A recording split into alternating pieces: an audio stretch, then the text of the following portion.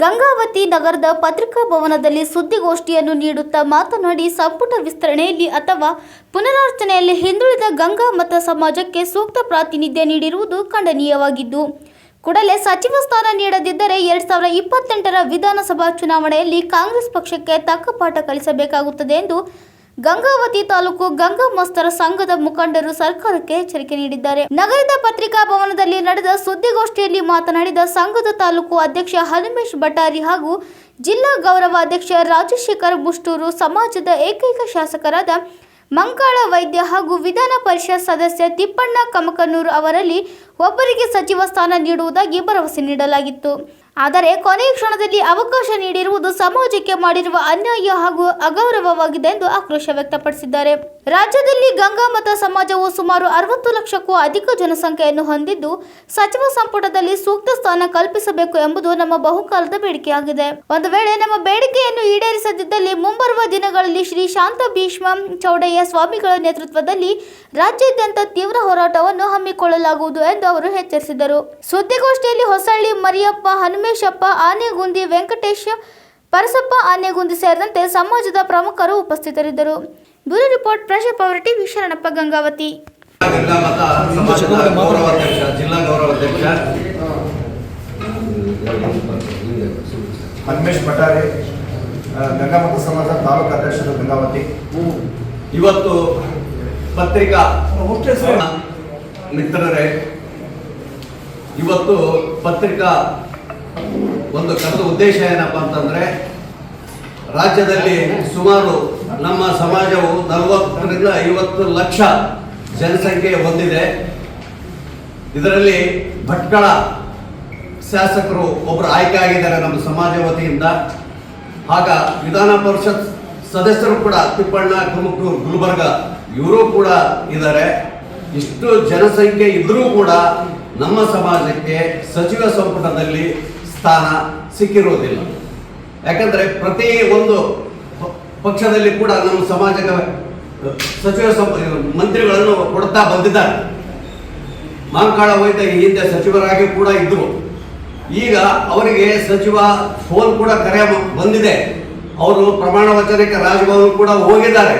ಕೊನೆಯ ಗಡಿಯಲ್ಲಿ ಅವರು ಸಂಪುಟ ಸ್ಥಾನದಿಂದ ಕೈ ಬಿಟ್ಟಿದ್ದಾರೆ. ಯಾಕೆ ಬಿಟ್ಟಿದ್ದಾರೆ ಗೊತ್ತಾಗಿಲ್ಲ. ವಿಧಾನ ಪರಿಷತ್ ಸದಸ್ಯರಾದ ತಿಪ್ಪಣ್ಣ ಕಮಕನೂರು ಕೂಡ ಇದ್ದಾರೆ. ಅವರು ಅತ್ಯಂತ ಪ್ರಭಾವಿ ನಾಯಕರು ಗುಲ್ಬರ್ಗ ಜಿಲ್ಲೆಯಲ್ಲಿ.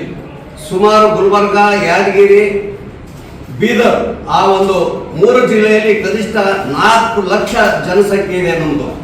ಅಲ್ಲಿ ತಿಪ್ಪಣ್ಣ ಕಮಕನೂರು ವಿಧಾನ ಪರಿಷತ್ ಸದಸ್ಯರಿಗಾದರೂ ಕೊಡಬಹುದಾಗಿತ್ತು, ಮಂಕಾಳ ವೈದ್ಯರಿಗಾದರೂ ಕೊಡಬೇಕಾಗಿತ್ತು. ನಮಗೆ ಸಚಿವ ಸ್ಥಾನದಿಂದ ನಮ್ಮ ಸಮಾಜಕ್ಕೆ ಬಹುದೊಡ್ಡ ಅನ್ಯಾಯ ಆಗಿದೆ. ಅದನ್ನು ಉದ್ದೇಶಿಸಿ ಇವತ್ತು ಪತ್ರಿಕಾ ಒಂದು ನಮ್ಮ ಸಮಾಜ ವತಿಯಿಂದ ಇವತ್ತು ಕರೆದಿದ್ದೇವೆ. ಮುಂದೆ ಇದನ್ನು ಸರಿ ಮಾಡದೇ ಇದ್ದರೆ ನಾವು ಜಿಲ್ಲೆಯಾದ್ಯಂತ, ರಾಜ್ಯಾದ್ಯಂತ ಮುಂದಿನ ಹೋರಾಟ ಹಮ್ಮಿಕೊಳ್ತಾ ಇದ್ದೇವೆ. ಅದಕ್ಕಾಗಿ ತಾವು ಪತ್ರಿಕಾ ಮೂಲಕ ತಮ್ಮಲ್ಲಿ ವಿನಂತಿ ಮಾಡಿಕೊಡ್ತೇವೆ. ಹೆಸರಿದೆ ಅಂತ ಹೇಳಿದ್ದಾರೆ, ಲಿಸ್ಟ್ ನಲ್ಲಿ ಹೆಸರಿದೆ, ಕೊನೆಗಳಿಗೆ ಇಲ್ಲಿ ಕೈ ಬಿಟ್ಟಿದ್ದಾರೆ.